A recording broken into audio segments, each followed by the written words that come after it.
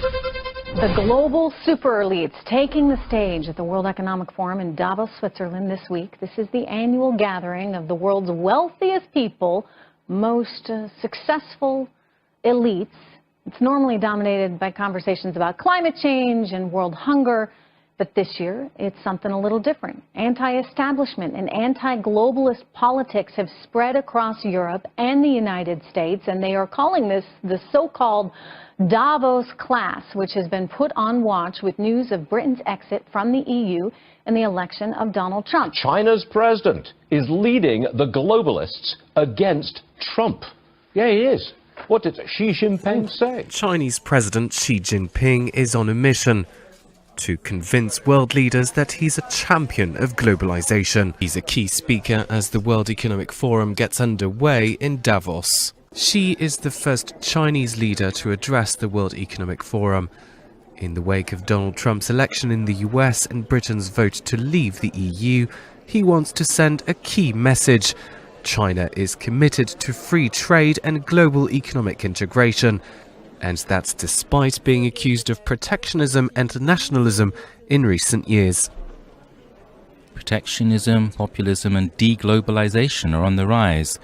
It's not good for closer economic cooperation globally. China has played an ever-increasing role in the global economy since joining the World Trade Organization in 2001. It's currently negotiating a regional free trade agreement with ASEAN member states, Australia and India, a deal which is seen as an alternative to the Trans-Pacific Partnership Trade Agreement, which President-elect Donald Trump says he will tear up as soon as he takes office. China is also hoping to revive the historic Silk Road trade route between its own borders and Europe through a series of infrastructure projects spanning 3 continents and 60 countries. The Philippines defense minister calls China's alleged installation of weapons in the disputed territories in the South China Sea very troubling. In a statement issued Tuesday, January 17th, Delfin Lorenzana said, quote, "They do not square with the Chinese government's rhetoric that its purpose is peaceful and friendly." A U.S. think tank recently reported China appeared to have put anti-aircraft and anti-missile weapons on its man-made islands there.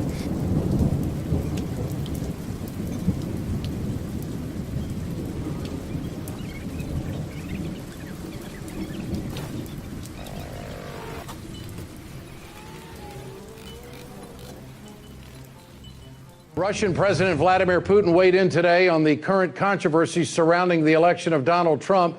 Putin had choice words for those behind the effort to discredit the president-elect.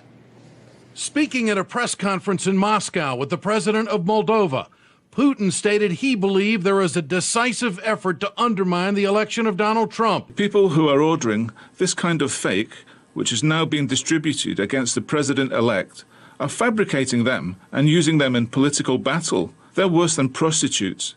They have no moral restrictions. Meanwhile, the issue of fake news came up during a briefing with Foreign Minister Sergei Lavrov.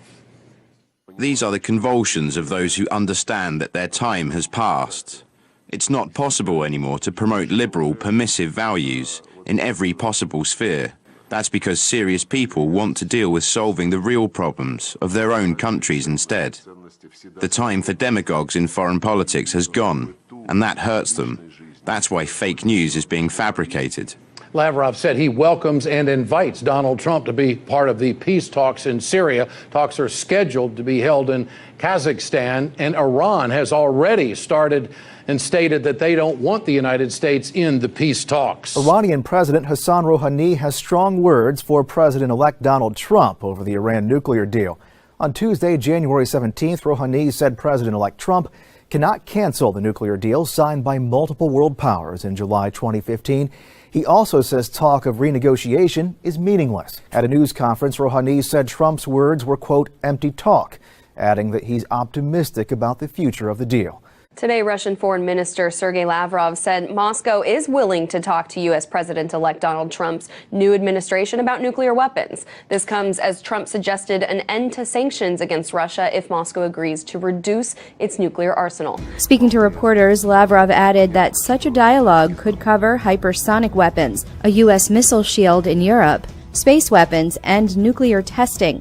After the U.S. president-elect takes office, he said that Russia was ready to meet with Donald Trump's administration to discuss these issues. The president-elect has his own harsh words about several European world leaders, and with Trump's apparent warming relationship with the Russian president, many in Europe don't like the possibility of a Trump-Putin relationship. European leaders have been left angered and bemused following U.S. President-elect Donald Trump's slamming of the continent's migrant policy. With just 3 days until Trump officially taking office, former French Prime Minister Manuel Valls, who's now running for the presidency in France this year, called the incoming U.S. leader's remarks a declaration of war. This is a provocation and a declaration of war with Europe from the President of the United States.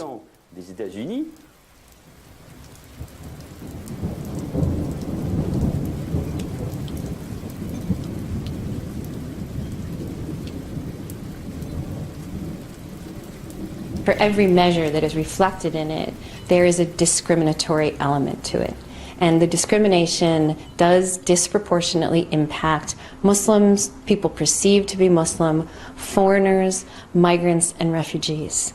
And what we see in Europe right now is it's not a debate, it's more of a narrative. And the narrative is that if you are Muslim, or if you are a refugee or a migrant, you are a threat.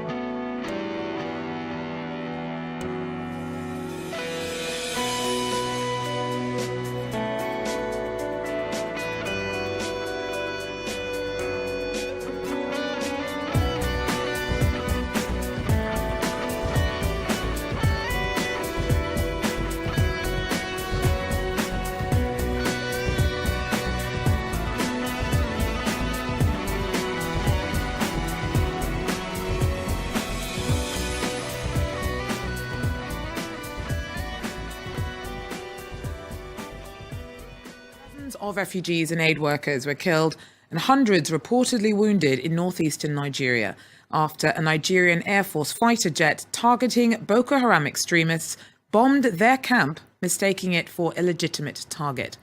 In a rare admission, the Nigerian military said it accidentally ordered the strike on Ran in Borno State on Tuesday. Aid group Doctors Without Borders, or MSF, has said that its teams seen at least 52 bodies. Other reports suggest over 100 victims. MSF teams are working throughout the night in difficult conditions, trying to stabilize the hundreds they believe to have been hurt. There's been very frightening developments in the eastern province of Deir ez-Zor near the Iraqi border in Syria over the last few days. ISIS have been making massive advances there, threatening the estimated 120,000 civilians that live in the last government-controlled part of Deir ez-Zor city that has been besieged now since 2014. They succeeded in cutting that last government-held patch of the city in two and severed the military airbase from the rest of the city. Now, that airbase is the only way that the Syrian government can deliver supplies to those trapped civilians and pro-government forces there. Now helicopters are unable to land in that airbase, unable to deliver food and medical supplies to civilians, and also unable to deliver reinforcements to pro-government forces there. So if the soldiers that are currently there don't manage to hold out, then ISIS will be able to overrun the city, and there's great fears that they will commit atrocities against the civilians that have been living under government rule there and against pro-government forces. Jeff, I want to ask you, though, right when I get hooked on self-driving cars, you're now going to tell us that this is old news because Airbus is planning on making a flying self-driving car by the end of the year. What's this about? Yeah, I had to read that twice also because we can barely kind of get the autonomous cars that are on the ground rocking and rolling. Yeah, I think this is kind of just like a headline attention grabber.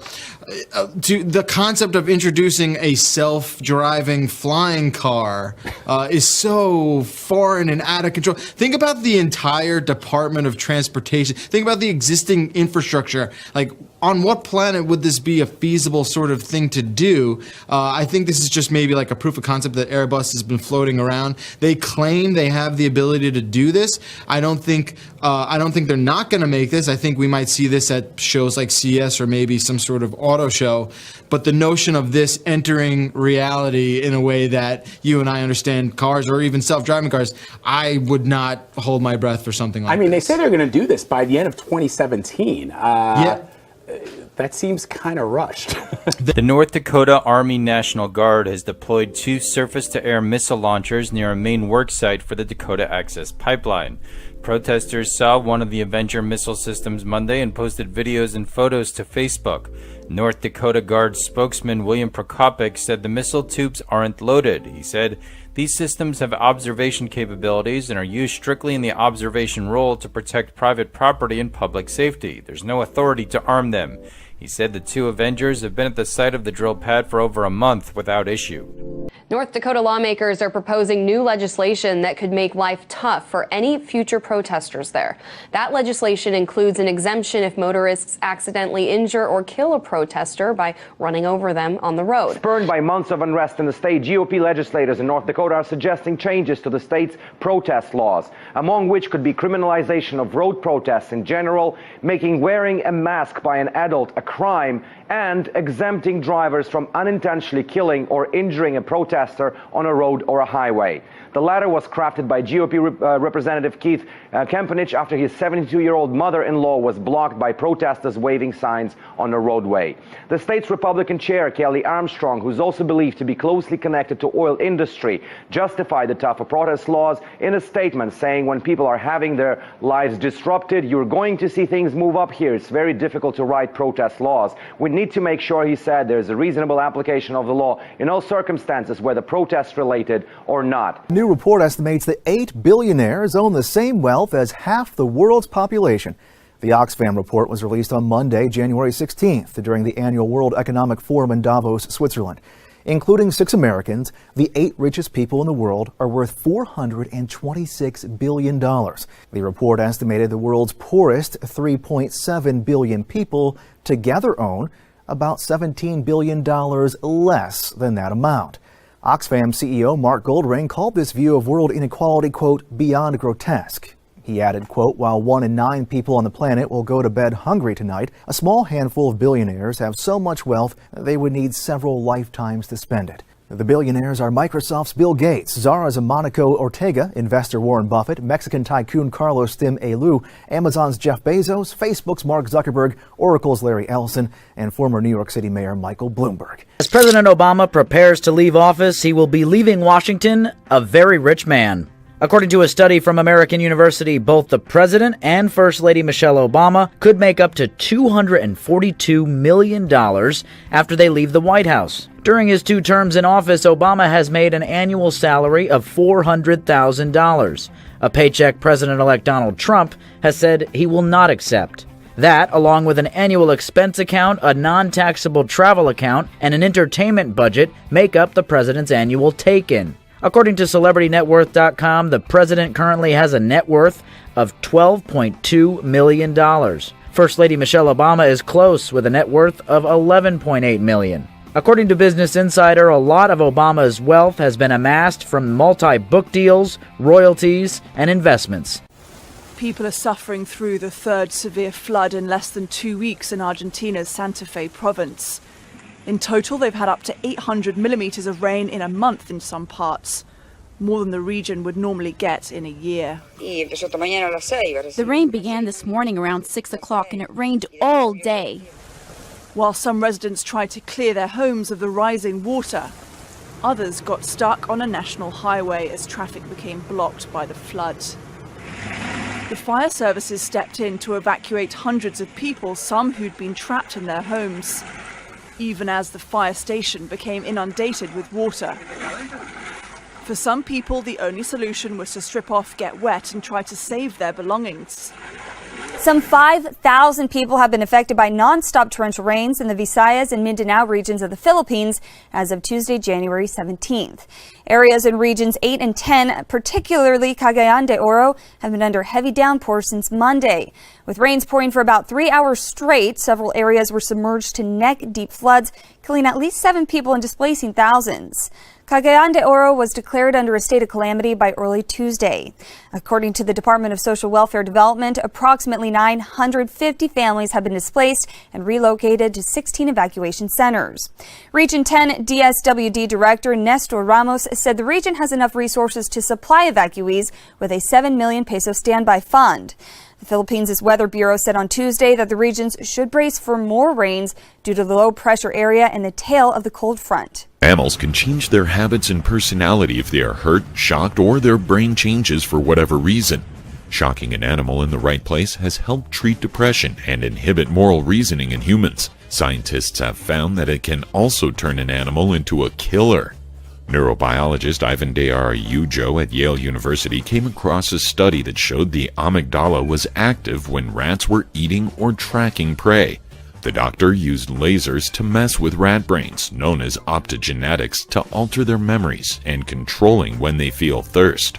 When it comes to creatures that snack on our blood without our consent, anything bigger than a mosquito is just not okay. Well, friends, vampire bats are apparently living up to their name and feeding on humans in Brazil. Before now, it was thought that these bloodthirsty flying mammals only fed on birds. But researchers from the Federal University of Pernambuco in Recife are bringing our childhood nightmares to life. After analyzing fecal samples from a colony of hairy-legged vampire bats in northeast Brazil's Canimbau National Park, the team discovered traces of human DNA. This is strange since this particular species isn't adapted to feed on the blood of mammals. These results, which were published in the journal Acta Chiropterologica, suggest the bats are getting resourceful as humans encroach on their territory, causing deforestation and hunting of the bat's typical prey. Researchers now worry about how this will affect the spread of disease.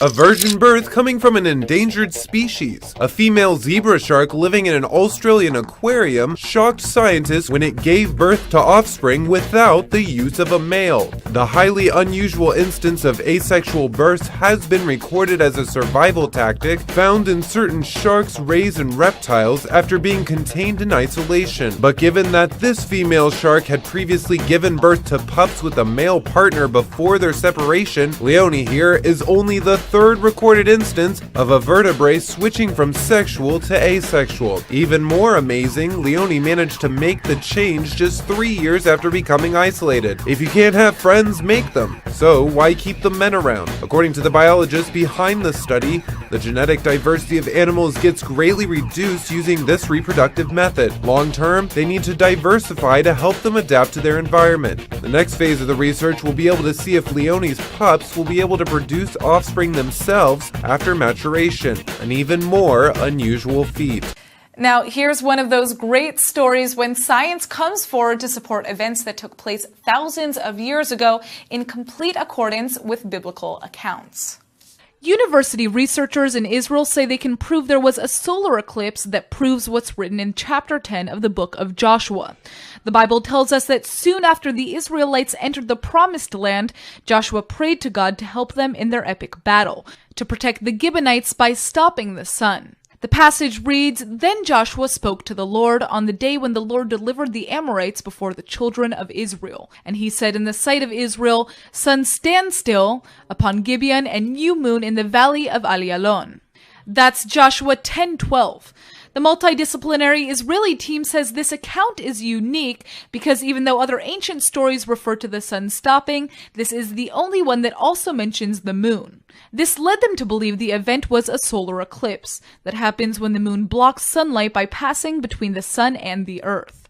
By applying data from NASA, the experts discovered there was only one such total solar eclipse in the region between the years 1500 to 1000 BCE. They say the evidence is clear that Joshua led the Israelites to victory on the 30th of October in the year 1207 before the Common Era. And because science is so exact, we know it happened precisely at 4:28 in the afternoon. You can read more about this fascinating development in the scientist's research paper, which was just published in the most recent edition of the Beit Mikra Journal for the Study of the Bible and its World. God's watching out for me. Well, guys, this is an absolutely incredible story. We're standing in the exact location where this accident happened yesterday. You can see that the water is moving rather quickly. It's about 15 feet deep at the center of this canal. I've covered many fatals here over the years, and everyone involved yesterday is just grateful that this story had a happy ending. I'm so lucky, to start, but... 61-year-old Bradley Anderson is grateful to be alive.